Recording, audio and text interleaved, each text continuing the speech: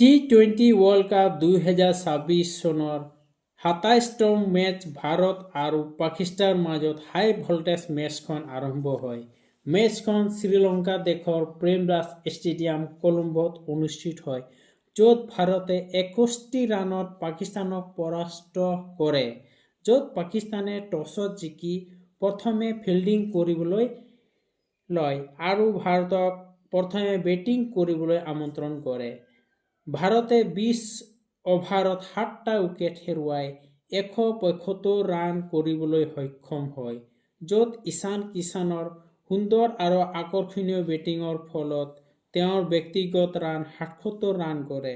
য'ত প্ৰথমে বেটিং কৰিবলৈ আহি প্ৰথমে অভিষেক শৰ্মাৰ উইকেট হেৰুৱায়, য'ত অভিষেক শৰ্মাই বিনা ৰান কৰি পেভিলিয়নলৈ গুচি যায়। ইয়াৰ পাছত তিলক বৰ্মাই ২৫ ৰান যোগদান কৰে, সূৰ্যকুমাৰ যাদৱে ৩২ ৰান কৰে আৰু শুভম দুবে ২৭ ৰান কৰে।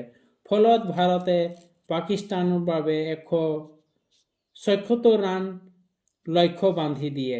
কিন্তু ভাৰতৰ সুন্দৰ বলিং প্ৰভাৱত পাকিস্তানৰ টীম ধাৰাসাৰ হৈ যায়, য'ত ১৮ অভাৰতে আটাইকেইটা উইকেট হেৰুৱাই মাত্ৰ ১১৪ ৰানহে কৰে আৰু ভাৰতে ৬১ ৰানত পাকিস্তানক হৰুৱাই জয় লাভ কৰে।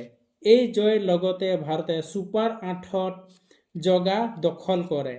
ফলত ভাৰতৰ হৈ হাৰ্দিক পাণ্ডিয়া ২টা উইকেট, যশপ্ৰীত বুমৰাহ ২টা উইকেট, অক্ষৰ পেটেল ২টা উইকেট, বৰুণ চক্ৰৱৰ্তী ২টা উইকেট লয় আৰু ভাৰতৰ জয়ৰ ফলত ভাৰতীয় ক্ৰিকেট প্ৰেমীৰ উল্লাস আৰু আনন্দ কৰা দেখা যায় সমগ্ৰ ভাৰততে।